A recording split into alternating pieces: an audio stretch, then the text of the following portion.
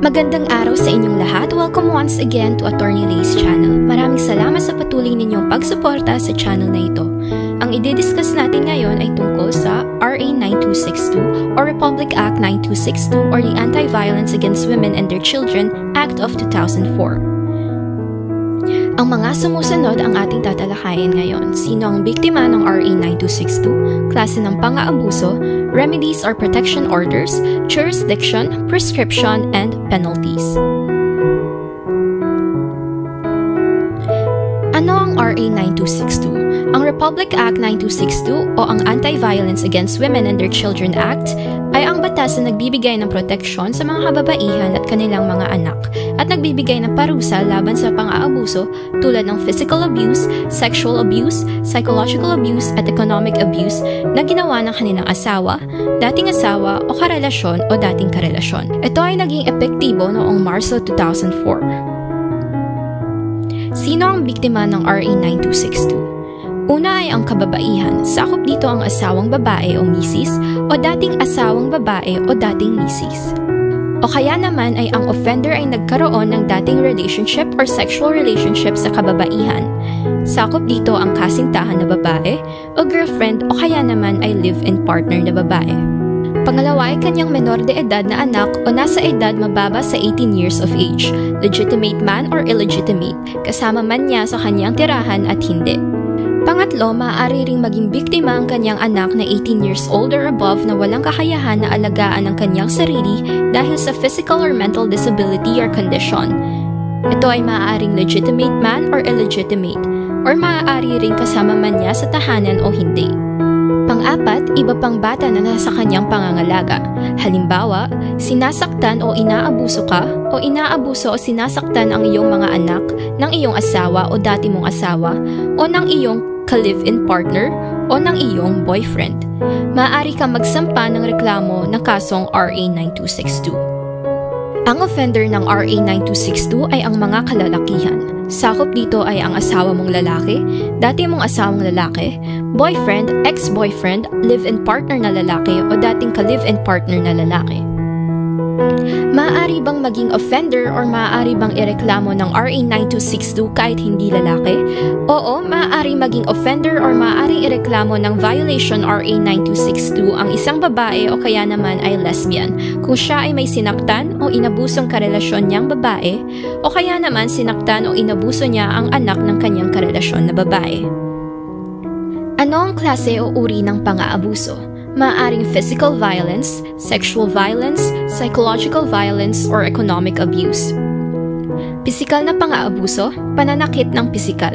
Maaaring sinasaktan ka o ang iyong mga anak, binubugbog ka o binubugbog ang iyong mga anak ng inyong asawa o dati mong asawa o ka-live-in na partner mo o ang iyong boyfriend. Matatawag itong physical abuse at maaari kang magsampa ng reklamo na violation of RA 9262. Sexual violence na ginagawa sa iyo o sa iyong anak ng iyong asawa o dati mong asawa, boyfriend or ka-live-in partner.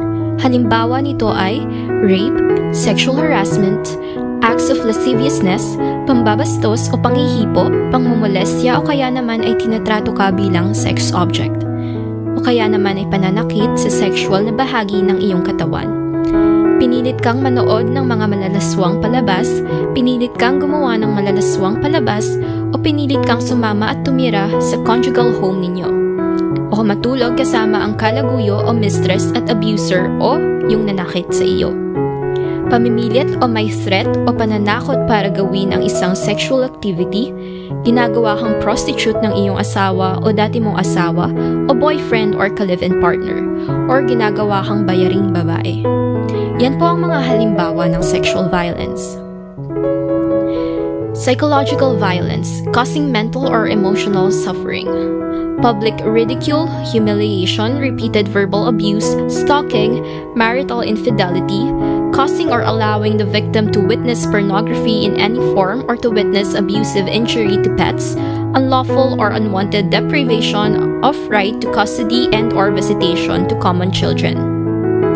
Psychological violence or abuse, ito yung mga gawain na nagdudulot sa iyo o sa iyong anak ng mental or emotional suffering or pagdurusa sa pamamagitan ng pananakot o panghaharas. Halimbawa nito ay pinapahiya ka sa publiko o sa harap ng mga tao. Palagi kang sinasabihan ng mga masasamang salita o masasakit na salita.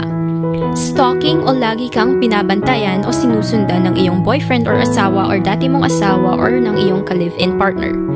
Marital infidelity or pangangaliwa.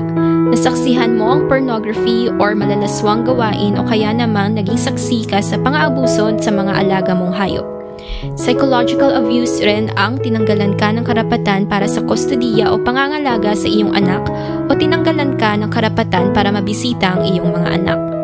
Ang isa pang uri ng abuse ay ang economic abuse. Halimbawa nito ay hindi pagbibigay ng suporta sa iyo o sa inyong anak, pagtanggal ng financial support, or pagbawal o pagpigil na magtrabaho ang inyong asawa, partner, maliban kung may valid at seryosong dahilan or moral grounds. Halimbawa nito ay yung trabaho ay immoral gaya ng prostitution, maaaring pagbawalan ka ng iyong asawa o karelasyon na magtrabaho. Pagtanggal o pananakot na tanggalin ang pinagkukunan mo ng pinansyal. Pinagbabawalan ka na huwag gamitin ang iyong conjugal na pag-aari tulad ng sasakyan o tahanan. Pagsira sa mga gamit ninyo sa bahay. Pagkontrol sa pera mo o sa pag-aari mo. Protection orders or remedies. Para mapigilan o maiwasan ang pagkakaroon ng patuloy na physical violence, economic abuse, or psychological abuse, maaari po kayong humingi ng protection order sa barangay o kaya naman sa korte.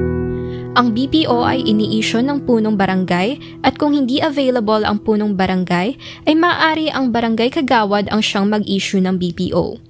Ang BPO ay may validity o effectivity na 15 days. Ang Temporary Protection Order or TPO ay ini-issue ng hukuman o korte at ito ay may validity or effectivity na 30 days. Permanent Protection Order or PPO naman ay ini-issue ng korte at ito ay effective until revoked. Ang criminal information para sa kasong violation RA 9262 ay maaaring isampa sa Regional Trial Court designated as Family Court kung saan nangyari ng elemento ng krimen. Halimbawa, kung ang pananakit sa iyo ng iyong asawa ay nangyari sa Quezon City ay sa Regional Trial Court designated as Family Court ng Quezon City, ay doon maaaring isampa ang criminal information para sa violation of RA 9262. Ang prescriptive period ay maaari mong isampa na kaso para sa violation of RA 9262 ay 10 hanggang 20 na taon mula sa maganap ang krimen depende sa violations na nagawa. Para sa penalties, depende kung anong acts ang nakomit.